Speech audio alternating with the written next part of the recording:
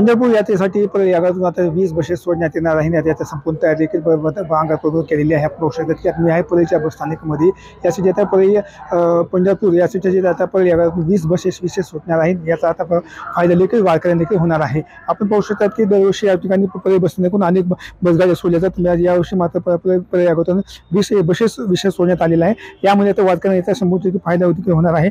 यामध्ये आपण ज्येष्ठ नागरिकांना जे सवलत आहे ते त्याचा लाभ मिळणार आहे. तसेच महिलांना 50% देखील याच्यामध्ये सवलत देखील मिळणार आहे. त्यामुळे त्या पोस्टात वारकऱ्यांना त्या सोयीसाठी आता प्रयागातून 20 बसेसची सोय करण्यात आलेली आहे. कॅमेरा पर्सन विकास मार्ग संभाजी म्हणजे टीव्ही अमरावती परळी बीड.